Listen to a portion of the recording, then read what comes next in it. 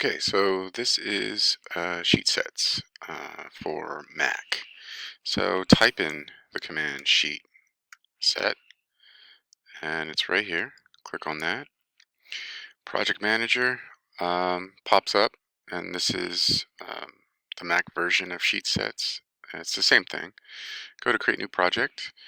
Let's just do a test sheet set project.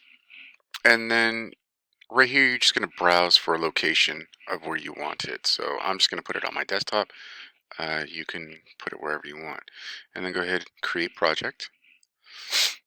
And save as on the desktop. And that's okay. And then you should see it in that folder. And if you notice, it's right here. And it says test sheet set project. And this is what it looks like. And that the DST, that's the file type. Okay, so how to add projects. The text probably says it a different way. It's actually much easier in Mac. You can just click right here and add existing drawings.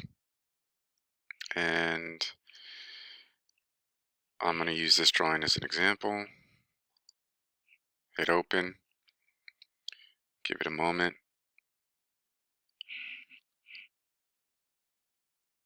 And there they are. That's it. That's how you create a sheet set in Mac. It's that easy. Now I have different things going on. If you look at the bottom of mine, I have tabs, and I know the text doesn't really talk about this.